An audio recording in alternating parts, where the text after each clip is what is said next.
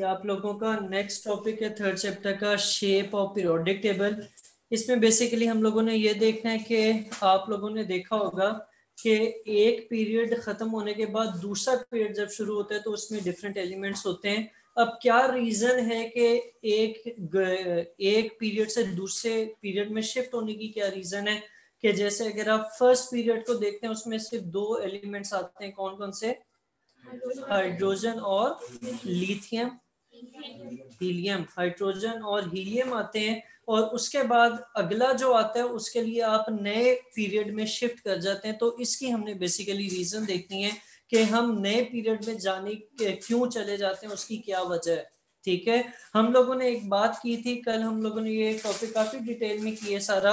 अब हम उसी को जो है मजीद डिटेल में देख रहे हैं। पहली बात तो ये कि एलिमेंट्स को किस में अरेंज किया जाता है, उनके एटॉमिक इंक्रीजिंग एटॉमिक नंबर में अरेंज किया जाता है। यानी अगर किसी एलिमेंट का एटॉमिक नंबर 1 है तो वो पहले आएगा और जिसका एटॉमिक नंबर 2, 3 या 4, 5 वगैरह होगा वो बाद में आएंगे। ठीक है, अब हम आगे चलते हैं तो पहले पीरियड का एनालिसिस करते हैं। अभी मैंने आप लोगों से पूछा था और आपने ही बताया कि पहले पीरियड में दो एलिमेंट्स आते हैं, एक उसमें हाइड्रोजन आता है और दूसरा कौन सा आता है? हीलियम आता है। अब हम इनको जरा देखते हैं, हम इनका एनालिसिस करते हैं, इनकी कॉन्फ़िगरेशन देखते हैं और सोचते हैं या पढ़ते हैं कि ये क्यों एक ही पीरियड में आ रहे हैं और तीसरा क्यों डिफरेंट पीरियड में आ रहा है। तो आपको नजर आएगा कि अगर आप इन दोनों की कॉन्फ़िगरेशन देखते हैं, अगर आप इन दोनों की कॉन्फ़िगरेशन देखते हैं तो पहले पीरियड में एच और हीलियम थे, इन दोनों की कॉन्फ़िगरेशन अगर आप देखेंगे तो वो के शेल में ही पूरी हो जाती है, वो एल शेल तक नहीं जाती। अब क्योंकि फर्स्ट शेल में ये दो ही एलिमेंट्स आ सकते थे या फर्स्ट शेल में दो इलेक्ट्रॉन्स ही आ सकते थे, तो जब तीसरा इलेक्ट्रॉन आएगा तो वो के की बजाय किस में शिफ्ट हो जाएगा? एल शेल में शिफ्ट हो जाएगा। ठीक है, के शेल कौन सा था? मेन शेल था, सब शेल था? के नंबरिंग जो है वो मेन शेल की होती थी या सब शेल की होती थी? मेन शेल की होती थी।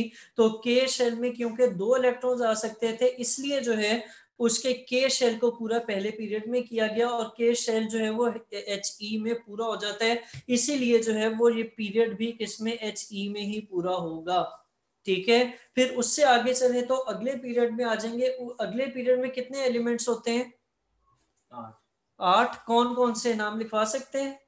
लिथियम। मैं यहाँ पे ना उनके सिंबल्स लिख लेता हूँ, लिथियम और बेरिलियम, बीई होता है। फिर बोरॉन, ये पीरियड की बात हो रही है, ग्रुप की बात नहीं है। बेरिलियम, बोरॉन और कार्बन, नाइट्रोजन। ठीक बोले, फिर बोले।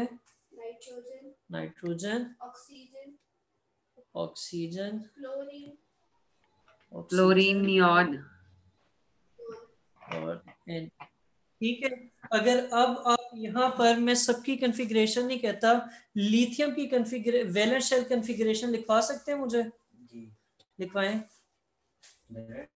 हाँ डायरेक्ट, सेकेंड पीरियड है तो 2s1 शायद होगी, चेक करें। यही है? अच्छा, और नियॉन की क्या है? नियॉन की क्या है? देख लो, देख के बता दो।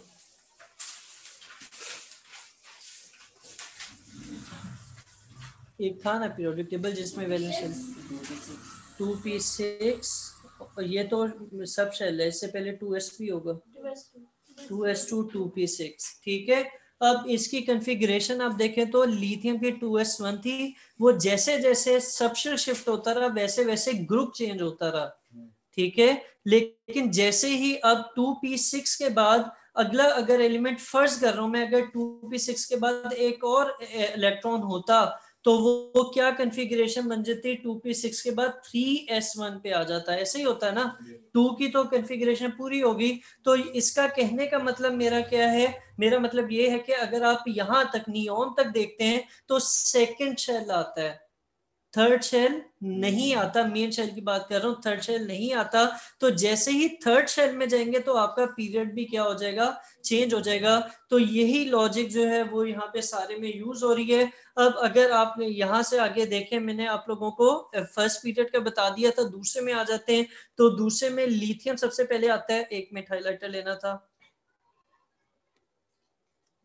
अच्छा, लिथियम जो है वो थर्ड एटॉमिक नंबर 3 होता है, और उसके बाद जो है इसलिए जो है वो थर्ड पीरियड इसी से शुरू, सेकंड पीरियड इसी से शुरू होता है। एल शेल के अंदर 8 इलेक्ट्रॉन्स आ सकते हैं, इसलिए सेकंड पीरियड के अंदर कितने एलिमेंट्स आ रहे हैं? 8 एलिमेंट्स ही आ रहे हैं। सेकंड पीरियड एंड कहाँ पर होता है? नियॉन में होता है, और नियॉन के आखिरी शेल के अंदर कितने इलेक्ट्रॉन्स होते हैं? 8 इलेक्ट्रॉन्स होते हैं, और इसलिए उसकी जो आखिरी लास्ट या क्या कहना चाहिए, आखिरी या वैलेंस आउटर मोस्ट शेल जो है उसकी कॉन्फ़िगरेशन क्या होती है? 2s2 2p6।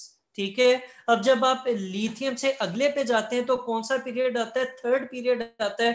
थर्ड पीरियड किससे शुरू होता है? सोडियम से शुरू होता है, और सोडियम का वैलेंस इलेक्ट्रॉन एम शेल में आता है, यानी 3 शेल में आता है। ठीक है। और एम शेल के अंदर कितने इलेक्ट्रॉन्स आ सकते हैं? हाँ, एम शेल के अंदर कितने इलेक्ट्रॉन्स आ सकते हैं? बता दो ना।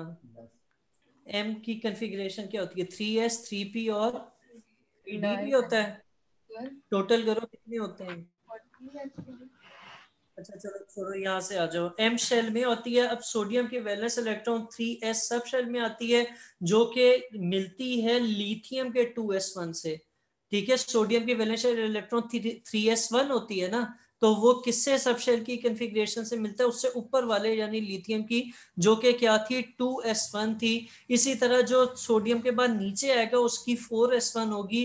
कि अगर आप विद इन ग्रुप देखते हैं, एक ही ग्रुप में देखते हैं, तो सब शेल कॉन्फ़िगरेशन सेम होती है। ठीक है। वो एस में 1 ही आएगा, लेकिन पीरियड चेंज होता रहेगा उसका। इसी तरह अगर आप एक पीरियड की बात करते हैं तो उसका मेन शेल चेंज नहीं होता, सब शेल चेंज हो सकता है या हो भी जाता है। तो यही बात यहाँ पर लिखी है।